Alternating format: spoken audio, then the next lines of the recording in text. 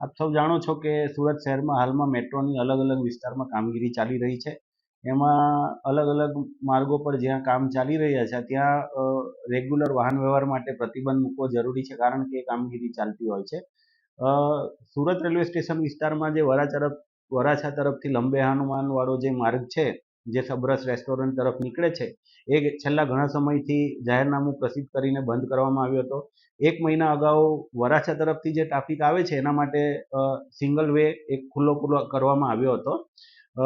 એ સિવાય જે અહીંથી સ્ટેશન તરફથી તમારે જવું હોય તો એ પ્રતિબંધિત રહેશે, પરંતુ આ નવા જાહેરનામા મુજબ પણ વરાછા તરફથી કોઈ પણ વાહન ચાલકને, જે નાની ગાડી અને ટુ વ્હીલર છે અથવા ઓટો રિક્ષા છે, તો એ લોકો હાલમાં પણ એ માર્ગ ખુલ્લો રાખવામાં આવે છે અને એ લોકો અવશ્ય આવી શકશે. આ ઉપરાંત પોસ્ટ ઓફિસ વાળો જે રાજમાર્ગ પર માર્ગ બંધ કરવામાં આવ્યો છે, એ લોકો માટે વૈકલ્પિક માર્ગ ઝાંપા બજાર તેમજ ગલે મંડી થઈને રૂવાડા ટેકરાથી પણ ચોક બજાર તરફ વાહન ચાલકો જઈ શકશે.